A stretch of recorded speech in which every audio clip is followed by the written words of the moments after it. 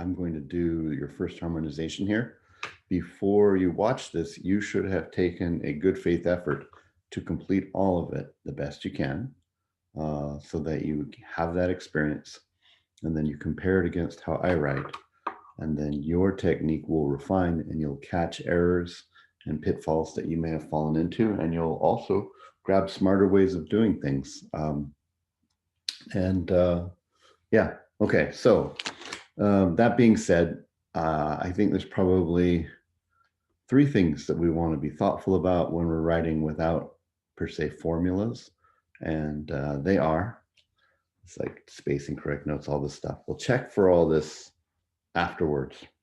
And sometimes checking for it along the way is what you want to do. But I want you to get used to the idea, like we did in the first part of the song, of using your technique and writing quickly and freely, and then going back and seeing errors and fixing them and coming up with solutions. Because writing, you should expedite this part so that you can then focus on, like I said, fixing small problems. And thinking about larger musical things. Your technique shouldn't be something that you struggle with a lot. And that's a big part of this assignment, is to get us through here. So I'm going to barrel through here, and you should have too. Okay, at least you shouldn't get hung up on all these other things yet. But we probably want to make sure that we have a root and a third minimum for each chord. Okay, and we also want to make sure that we don't double tendency tones, TT, tendency tones. Those are defined as T, like the 7th scale degree, and 7th of a chord, okay, and 5th of a diminished chord. Let's call it triad, right? And then I think biggest of all, then we want to have as possible smooth singable lines. Okay. For this, we're going to try and stay in root position.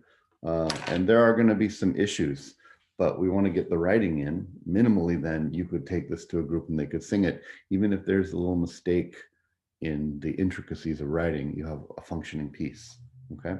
First thing I want to do is I want to just check and see if there's any tendency tones that I need to think about. There are very few chords here with sevenths, just right here. And so we have to be thinking about the A note from B, D, F, A. We don't want to be doubling A for a long time, or, if we can help it, right?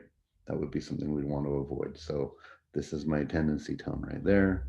And then the only other tendency tone we have no diminished chords in this, but we do have G chords, right? And they have T because they're so T-ray.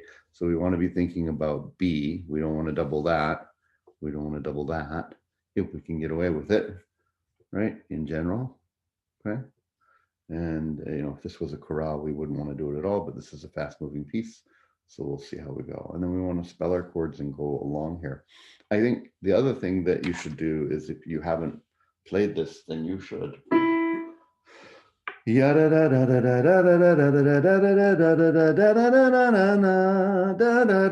Sorry.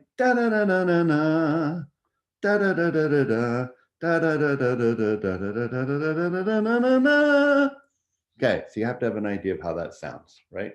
And where do is. Da na na na, there it is right there. Da da da da. Okay, I'm going to go through this quickly. Now we're going to speed through it.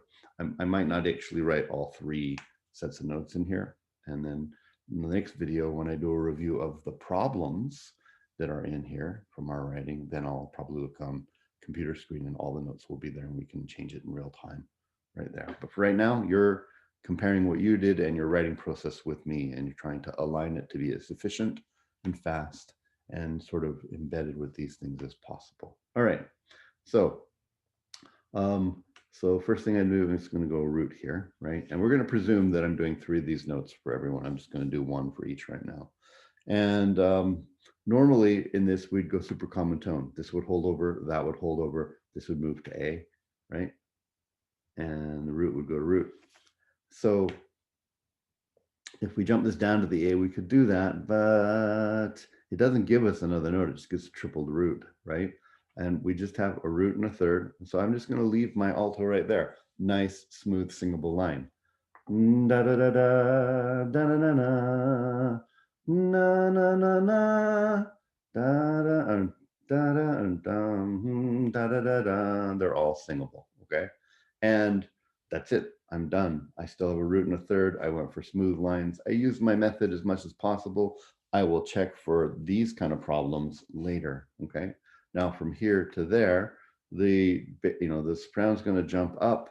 This is going to go to my D right there, like that. That's my bass, okay? And then, A minor and D minor are a fourth, fifth apart. That means they are going to have a common tone. Not that we can use common tone because this looks like tertian leap actually to me. Third of this chord leaping to the third of that chord right there like that. So tertian leap would be root to root, third of one chord leaps to the next one. The common tone holds over and the last note moves by step to there. So we were able to do something that looks kind of like tertian leap. It's again kind of weird because we're not set up with the exact right chord there, but that seems to work pretty well. Okay, on to the next one. This is coming down here. I'm going to go to my G right there, like that. Remember, there'll be one of each of these things just for time's sake, right? This comes down to there. Now I need to have a G and a B and a D is nice. Well, the D is already there, but somebody's got to pick up the B.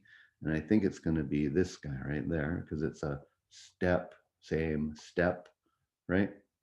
This one right here, I'm just looking to do what I did at the beginning here. Da da da da da da da da da da da da da da. Yeah, da da. That seems okay to me, right? Okay. All these lines are really singable. Da da da da da da da da da da. Da da da da da da da da da da da. Da da da da da da da da da da da. And of course the melody, which we have. Okay. And I've been able to do root third fifth for this one, root third for this one, root third fifth for this one. So we're looking pretty good there. We will check for these problems on the next iteration. We're trying to get it all in right now. Okay. This is going to jump up. This is going to go to my C, not the low C, because that's nigh into unsingable for most basses. Okay. And I think if this guy stepped into the third, that's the closest one right there. This guy could step up into there, just like that, right? It has shades of common tone, right? Because root to root, two voices move by step in the same direction. Normally, we wouldn't have double fifth, we'd have double root, and that common tone would hold over. So the formula is embedded in there. It's just we don't have the correct doubling to start with because the melody is doing different things, but we can employ all that, okay? And then this is going to come down. I think this guy's probably going to hold over like we've done before. Hold over, move, hold over, right? Move, hold over, right? And let's go down to my A again. And, well, I mean, I could keep this on the C. I think that would give us our root, third, and fifth, right? And this is starting to look pretty good, seem pretty easy, right? D minor, well, it's a different setup than it was before, plus this is moving. So we'll have to see how that goes. I might fill in this all so you can see how this goes right here. First off, I'm gonna go root to root like that. And then this is gonna leap up to the fifth to fifth like that. We have a D. This looks like a good candidate for another D or an A, right? Which means that this one here is going to pick up my third. We always have to have a root and a third. So my alto is going to go up to the third. Technically, we can go either direction with this, but I think I'm just going to bring this guy down because we've been climbing them and it's nice to reset them a little bit. Otherwise, maybe we'll get stuck in this death ascension that takes them way up too high. Okay. And maybe you went to D. I don't know. Also, when I think about this being, it's non-chord tone here, but I think, if I put it on a D, this will harmonize nicely here and there, but it won't, still be dissonant there. I like to have my dissonances. In this case, this will harmonize nicely there and there, but be dissonant here. But I like to keep my dissonances, in the middle of the line with this, as opposed to with that right there. This is kind of a D minor 7 if you think about that right there. Okay, because that's the 7th of the chord. Anyhow, I think you just keep these the same. I'll write them in so you can see. We're just going to ignore the passing tone right there. I mean, we're going to sing it. It's going to be nice, but we're not going to worry about that, right? We're not going to harmonize with it right now. We're just laying in our chords, okay? And we get to here, and then we're going to have a voicing, and then we have to deal with, I'm sorry, I'm left-handed with this right there. So we're going to go root to root again, like that. And I think probably we'll do this right there. And now you may have gone to there, and that would be 3 roots and a third, and that would be fine. I'm going to reset these guys down to give me a complete chord, because if I can, complete chords are better sounding than roots and thirds in terms of full-on function. And if I can do that, I like to do that. Also, I know that this is coming down, so I'm presetting something up. Because this is on a G already, it'd be nice if I had G, G, B, D, so I can do a standard thing here, right? Which is going to be contrary motion voice exchange. These guys just hold over like they do. So I set that up on purpose to get standard doubling and completeness so that I could do that, right? Now, I have to get across the other side of the page here. I'm just going to lightly do this in another color. The note that I'm going to is right there. And I think what I'm going to have to do is I'm going to take that down to, it's an F chord on the next line right there. And, there's my root. And so I think I'll just, this is a 10th right here, which is, oops, sorry, this is a 10th right here. So I'll just bring it down like that. Remember that you could follow the formula, which is if the bass is stepping, everything moves in the opposite direction.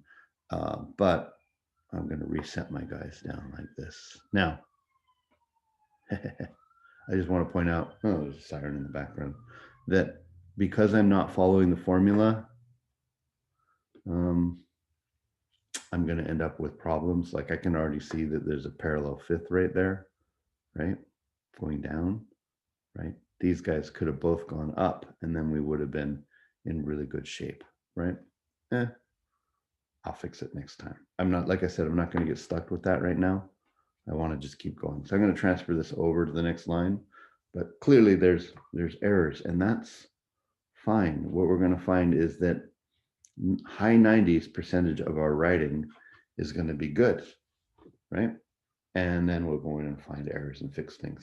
Like the obvious thing to do is to employ the formula of this is moving up, that's moving down, the other one's moved down. It will give us a different voicing here, but next time when we go through the full iteration and check for errors, we'll fix that, okay? It sounds like there's actually something big going on in here, right? Another siren. We're gonna keep working. We're in here already, so we're just gonna keep that right there.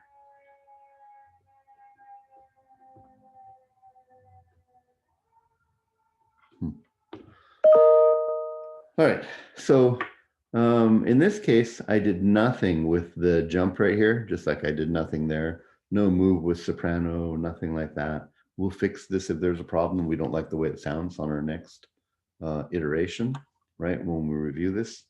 But I'm going to get from here to there. And this looks like I'm going to go, root to root.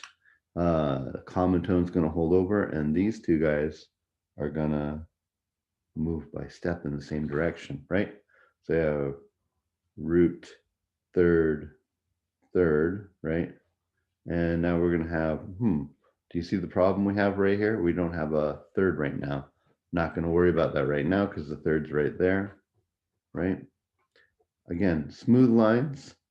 And this may not be a problem. Like I know there's no third right there, but within a millisecond, we hear the third right there, right? So it's not like there's no third in this iteration of the chord. It's also part of a line, and it might be nice if we're going at a speed to keep these guys smooth. Again, don't get hung up on that right now. Like I can leave myself a note, no third, like that. But there's a third right there, right?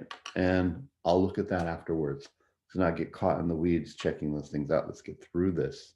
Use what we know, right? All right. So I'm going to go root to root again.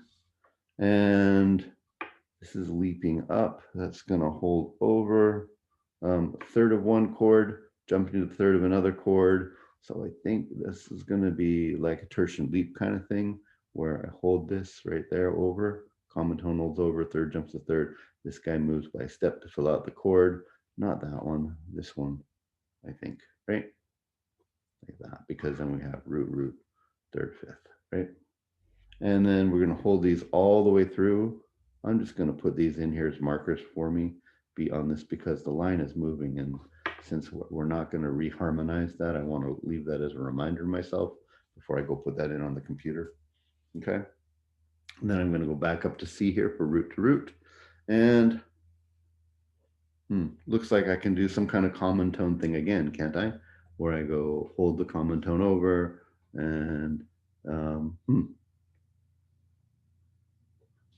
well, stepping in the wrong direction, but that's because I don't have a third here, right? So no third here either, but I have my third there. So again, do I need it? I can hear it in the chunk of time here. So in a specific instance, maybe there's not a third, right? But it doesn't mean I haven't heard the third and it's not in the sound of the chord at the moment. This is really just a bunch of sounds that have been split up over time as opposed to block chords. So anyhow, we're going to keep going. Leave myself little notes for that. I think we're just going to leave this here like that, right? The whole time. Again, I'm leaving these as a marker to myself so I don't keep going later and say like, did I change this here? Or maybe I will in the next iteration, but not now, right? I'm going to go up to the root here. Okay. I'm going to make a mistake that I'm going to deal with later. It's called parallel fifths right there. Like that's a parallel fifth, right? And this is a parallel octave. And I'm going to do that now because, well, there's two rationales. I think that we're going to hear this sound like yada da da da da, yada da da da da, yada da da da da. So we're not going to hear these connections like that. We're going to want these to be hard stops and start overs for each frame. So I think sonically we might end up leaving them there, okay? Because it's not one long phrase and this is breaking that up. It's the edges of these mini phrases. I also am concerned about my range that I'm getting too low here. And that's what happens when you get these melodies that span, more than just a third or a fourth. And this is going over the range of a sixth and things. So when you repeat, they're going to keep bringing you down. You're going to have to accept either some awkward line singing to accommodate that, or say, maybe I'm going to have these problems here. We'll see. I see this here. At this point, I don't care. Like I said, the singability of the lines and the fact that these come in little two measure bubbles, I don't feel like these are actually connected. It's almost like a do-over. We can start here, so we don't hear that connectivity there, just like we don't hear the connectivity there either. And perfect fifths, consecutive perfect fifths and octaves, hidden perfect fifths and octaves, and those kind of things. One of the things that they do is they break up the texture of the song, and this is a place where we're breaking it up by virtue of the melody and the phrase. We'll see. It's not for now. Okay. And then this is going to hold there like that and like that, just like we did on the last one. We'll hold these out right there. Okay. All right. And then A minor. Well, yeah. So here at the end, we have a range issue and things. And quite honestly, my solution for this is to just go to 3 texture. Like we're basically heading to 3-part here. And what that means is that although 4 people will be singing, or sections, we're only going to write 3 parts. Like we're getting down here where the sopranos have the melody, but they really can't sing powerfully this low, right? So we can either have them bail and sing like something here above that's pretty static, so this feels like the melody, or we can have them drop out, but I don't want to do that either. And so I'm just gonna unison my way here like this. This is prime alto real estate. Your altos will sound great down here. Sopranos don't start, they don't have very much power when you get down to D and C, and we don't typically recommend writing below that, except in extreme cases. Here, I'm just gonna double up. So I think I told you before that, not to worry so much about this. It could be very frustrating, and I'd at least get a hold of this for you. But I think as we head into it, we have to figure that way. Okay, so that's going to hold over. These are going to go like this. All right. Yeah. We have the flexibility here. It doesn't make sense to say now we're going to bring the altos below and these guys down. It gets to awkward ranges for the altos because they'll have to be down on an A and these guys will be down in the muddy area of the E. And they can sing that for sure. But then it's a leap down and a leap down and a leap down and a step down. The intonation from these leaps are going to be not perfect. And if we're going along at a clip, right, like pretty fast, then it becomes an awkward line for them. Better just to let them through, double up here, get some power, right? And then we'll split back into 4 parts as we get out to this area right here. So I'm going to do the same thing here. This is going to look suspicious again because we have what looks like triple parallel octaves there. I'm no longer part writing anymore. This is a special section where I recognize it's all coming together. In fact, I'm suspecting when I get to here, I'm going to want this sort of focal point to happen with all the notes coming in to it's basically unison right here. I know these guys are down an octave, but it's basically, it collapses into a unison and then it's going to spread out again like that. So, yeah, it's going to sound great. Just understand that we've broken away from the idea of 4-part texture into 3 parts into a unison, and then we're going to blossom back out, right? That's just something you expect when you have extreme ranges and speeds and things like that. Think about singability. This goes by in a fraction of a second. It's going to be, it's going to sound good, I think, and that's completely ignoring all the other rules. But as we get out of here, now we'll be able to sort of branch back out into 4-part harmony. Okay. So like this. And then watch as we're here. Unison. There's my come back down. This is a classic thing where we go like this, duck down, and now we're in thirds, right? So G, G, B, D, right? After this unison thing here, right? And then I think we're just going to parallel this all the way up, like to there, right? So when it's in the chord, it's on, and when it's not on the chord, now we're finally harmonizing these things, whereas we didn't up here, right? We left them and just said, too bad. Now we'll do that. And, I'll go to my B like this, and I'll go to my A like that right there. And I know that we have doubled A right there, but when we say don't double tendency tones, and we're really talking about like when you're sitting on some chords and things like that, we don't want those. This is not sitting on, it's just passing through very quickly. It's not, it's not, it's gonna be fine, right? And I'm just gonna hold these over like this. All right, now I'm gonna, I think when we get to here though, we will static out just for spacing's sake. At least that's the way I do it to begin with. Yours is going to be different from mine in places, but hopefully there's lots of similarities. And hopefully you pick up from me writing through this sort of a workable, how does it go, writing technique, right? I'm aware of issues, but it only took me, I don't know, where are we at in the meeting right now? I bet it's only taken about 20, 25 minutes to get through this thing, right? And I'm using my connection methods as much as possible.